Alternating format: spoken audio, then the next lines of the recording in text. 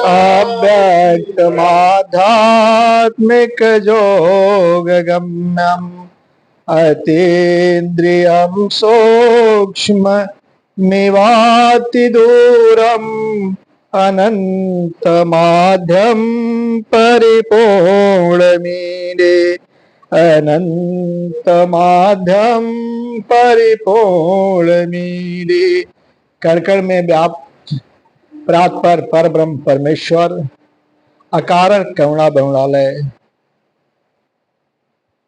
परिपूर्णतम परमात्मा के चरणों में सादर प्रणाम करते हुए श्री राम में सब जग जाने की भावना से सबके अंतस्थ हृदय में विराजमान परमात्मा को प्रणाम करते हुए सबके जीवन की मंगल कामना, सबका जीवन सुखमय व्यतीत हो। इस पितृपक्ष में पितृजनों का आशीर्वाद आप सबों को मिले, भगवान की कृपा बरसती रहे आप पर तथा आपके पितृजनों पर। इसके लिए भगवान के चरणों में परमात्मा आप सभी जो है अपने अपने पितृजनों को याद करते हुए इस भाव से कि मेरे साथ मेरे पितृजन भी इस कथा को सुन रहे हैं।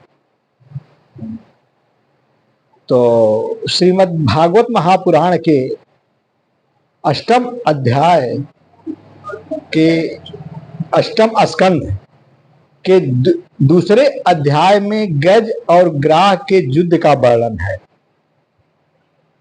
तीसरे अध्याय में गजेंद्र का स्तवन है। गजेंद्र ने 29 श्लोकों से परमात्मा की स्तुति करी है और परमात्मा आकर के उनको मोक्ष प्रदान करी है, इसकी कथा है। और तीसरे अध्याय में गजेंद्र और ग्राह के पूर्व जन्म का इतिहास है। तो इस कथा को कौन सुना रहा है? श्री सुखदेव जी महाराज कलयुग के प्रथम चरण के शुरुआत पर जो है राजा परीक्षित को सुनाते हुए गजेंद्र मोक्ष के महात्म के बारे में बताते हैं कि इस कथा को जो करता है और जो सुनता है उसके समस्त पापों का समूल नाश हो जाता है। कलयुग के समस्त पापों का नाश हो जाता है और जो भाव पूर्वक जो है मनुष्य इसका जो है पाठ करता है, कथा का पाठ करे या सुने, वह जो है परमात्मा को प्राप्त हो जाता है और अंतःमति सागति के अनुसार से वो तन्मय होकर के ब्रह्म मुहूर्त में जो इसको पाठ करता है उसका परमात्मा स्वयं जो है परम धाम प्रदान करते हैं। तो गज क्या है और ग्राह क्या है? गज माने हाथी और राजा। तो राजा हाथियों का राजा जो है जिसके स्वयं के 10,000 हाथियों का बल था और पूरा भरा पूरा परिवार था उसका। एक बार सोचा कि मैं अपने घर परिवार अपनी शक्ति का प्रदर्शन करने जो है चलूं, सैर करूं, संसार को दिखाऊं। तो निकलता है तो कुछ दूर जाने के बाद से प्यास लगती है तो देखता है एक जलाशय है कि उस जलाशय में पानी पी लूं और कुछ क्रिया कर लूं, खेल कूद जो है जलाशय में कर लो। लोग मना करते हैं कि मत जाओ, इसमें एक ग्राह रहता है, ग्राह कहे तो मगरमच्छ रहता है, वो तुमको पकड़ लेगा। कहा कि ग्राह क्या करेगा मेरा, मैं अपने पैर के अंगूठे से दबा दूंगा तो वो खत्म हो जाएगा और मेरा इतना भरा परिवार मेरे साथ में है और स्वयं मेरे 10,000 हाथियों का बल है। तो ले करके वो जलाशय में पहुंच जाता है और उसको ग्राह ने जो है पकड़ लिया। सोचा कि कुछ देर एक हमारे साथ क्रिया करेगा फिर अपने आप ये जो है भाग जाएगा। लेकिन देखते देखते गज के जो है पूरे शरीर को लगभग धड़ तक, इतना तक जो है, गर्दन से नीचे तक जो है उसको जकड़ लिया। परिवार के सारे लोग, जिसकी जितनी सामर्थ्य रही होगी, कुछ प्रयास किए रहे होंगे। उसके बाद वो सब जो है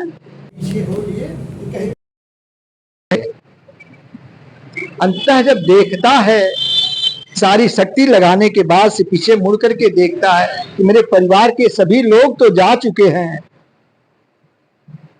और मेरा भी जो है केवल धड़ ही बचा है। तो सारे देवताओं की स्तुति करिए, कोई देवता देवी सुना नहीं उसकी। अंत में आर्त भाव से जो है वह कमल के एक पुष्प दिखाई दिया जलाशय में, उसको सूंड से उठाता है और परमात्मा की पुकार लगाता है कि हे प्रभु, अब आपके सिवा तो कोई हमारा बचा नहीं, अब आप ही रक्षा करो, है ना। जोग कियो नहीं जप कियो, तप न कियो गजराज, सुंदर फूल दिखाई के केरी लिया ब्रजराज। तो जब परमात्मा ने गज की जो है पुकार को सुनी है, तो उस समय परमात्मा बैकुंठ धाम में लक्ष्मी के गोद में सर को रखे सोए थे। उठ करके झटाक दौड़े, लक्ष्मी जी हाथ पकड़ ली, कहां जा रहे हो इतना तेजी में। तो हाथी कहने में जितना समय लगता है, उससे कम समय में परमात्मा बैकुंठ से गजराज के पास मृतलोक में पहुंचाए। तो हाँ जो है लक्ष्मी जी सुनी और थी जो है गजराज सुना जो है। हाँ कहत लक्ष्मी सुनी, अथी कहत गजराज, हाथ पकड़ कमला कहे, कहाँ जात हो नाथ। हाँ कहत लक्ष्मी सुनी, बैकुंठ में लोगों ने हाँ कहते सुना और थी कहते कहते थी कहत गजराज, और थी जैसे एक गजराज सुना, कहा कि परमात्मा तो आ गए। और परमात्मा ने झट दे जो है जलाशय में कूद करके ग्राह को चीर करके जो है गज को बाहर निकाल लिया और गज को मुक्ति प्रदान करी। बोलिए गजेंद्र मुक्ति प्रदाता भगवान श्री हरि की जय हो, जय हो।